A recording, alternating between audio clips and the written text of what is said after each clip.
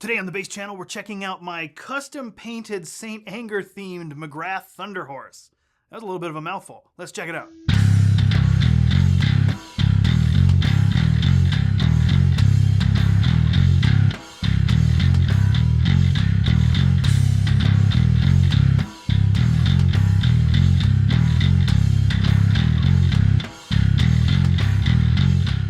So by this point, I'm assuming that a lot of you, at least, have seen Josh's full album St. Anger cover video that we shot somewhat recently. And for obvious reasons, he plays this bass throughout the entire video. Now, at first glance, there are a couple things that you probably noticed, but let's get the St. Anger part out of the way first. So the story technically begins all the way back in 2021 when I got the Spector Pulse bass. This was the first version of the Pulse bass that had a very textured, very 3D, sandblasted black and red finish. Now, as much as I loved the look of that bass, I didn't really care for the feel. I would kind of catch my thumb on some of the ridges, but that's another story for another day. The point is that it looked awesome. And not only did it look awesome, it sounded really good. I still have the Pulse II that has a smoother finish, but all pretty much the same electronics and tone. But at the time, when I had the first version, I preferred the way that that bass sounded in a drop C tuning. I was doing a little bit of drop C stuff at the time, and as you know, St. Anger is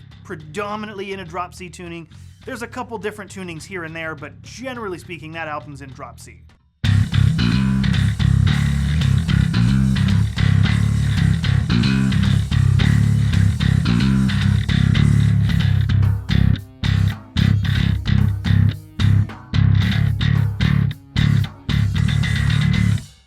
So that kind of got my gears turning, my noodle baking, if you will, of how funny would it be to have like a textured bass that was painted in a St. Anger theme that you would just keep in drop C at all times. And then I sold the Pulse bass, I got the Pulse II, I forgot all about the idea until a couple months ago. Cormac and his wife Madeline actually came out here to my house in this studio, and they brought 6 or 7 basses, I think it was 7 basses with them.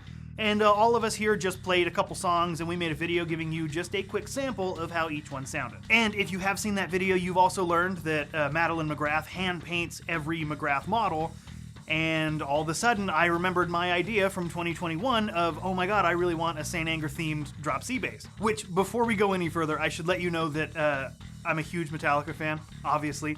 Any of my friends will tell you that I have Metallica shit all over my house. I've got all my show posters, I've got random promotional posters from different things, the reissued, remastered box sets, what have you. But a couple of my more prized pieces in my gigantic Metallica collection is the original 2003 Tower Records banner, the hype promo poster for the release of St. Anger on June 10th, 2003. I spent way too much money on it on eBay, and it's currently hanging in my laundry room because it's pretty big. But I've also got a handful of other things. I actually have the original fist medallion from 2003 that's hanging in my rearview mirror in my truck.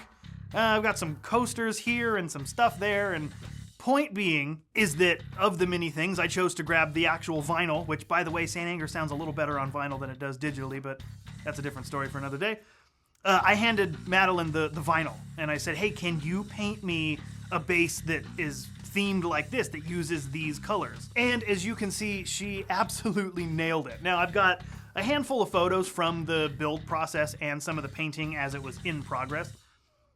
But looking at it right here, I mean, if that's not the St. Anger cover, I don't know what is. You've got the orange and the black, you've got the red pickguard for the fist, there's a little bit of red here, and I chose gold for a couple reasons. I feel like aesthetically it fits better than black would have. Chrome would have been cool too, but I am, like I said, kind of nerdy in that era, and in that era, Hetfield was playing the Iron Cross 73 Gibson Les Paul Uncle Milty guitar, and that guitar has gold hardware on it, so the gold hardware on this is sort of an unofficial homage to Uncle Milty 73.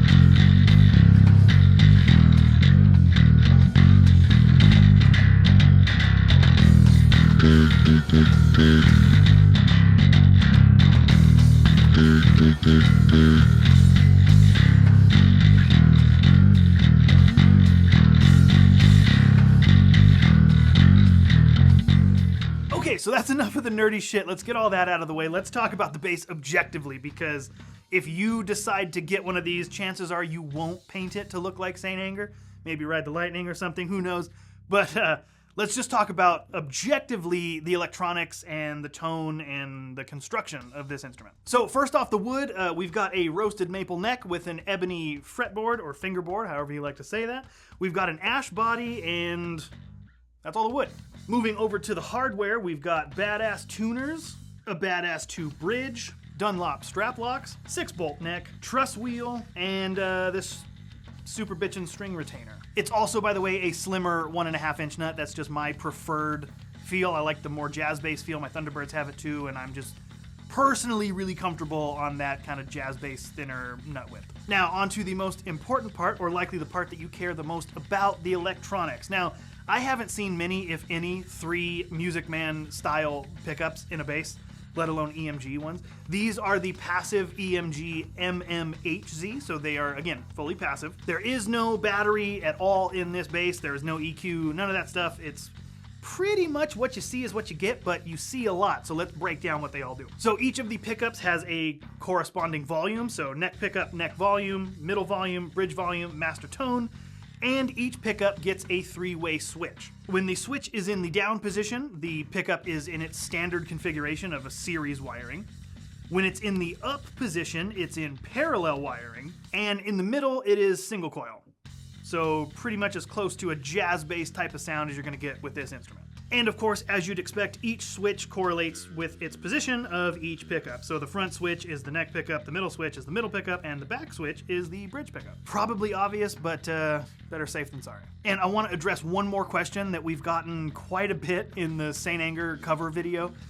At the moment, this is strung with D'Addario Pro Steel's 55 to 110. This is Josh's preferred gauge, and it's a pretty comfortable gauge for D standard and drop C. However, there are 4 songs on St. Anger that use not only the drop C or some kind of a drop tuning, but also a 5-string bass. And as you can see, this is a 4-string bass. So what we ended up doing was getting a 5-string set of DR DDT 55 to 135 strings, because some of those songs, the low string, I think on the title track, it's tuned GC GC.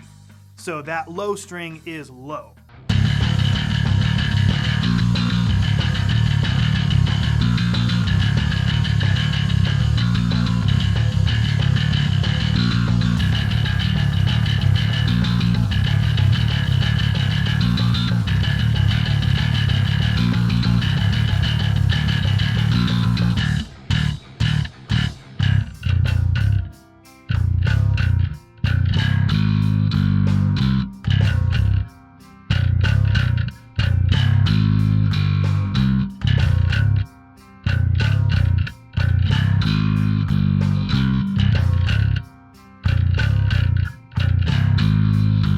And when I popped the 135B string in, most of the string fit through the bridge hole except for where the extra string winds are near the ball end. They just kind of got caught up. Now the obvious answer, if that was going to be the permanent setup, would be to drill the hole a little bit, but time was kind of an issue when we were shooting that, and I figured this string is going to be temporary just for these 4 songs, and then we're going to take them out anyway, so I'm not going to waste my time or energy for the moment drilling when I could be shooting and recording. So hopefully that clears up the question of why the string is protruding from the bridge in that video. Again, if you haven't seen it, it's right here.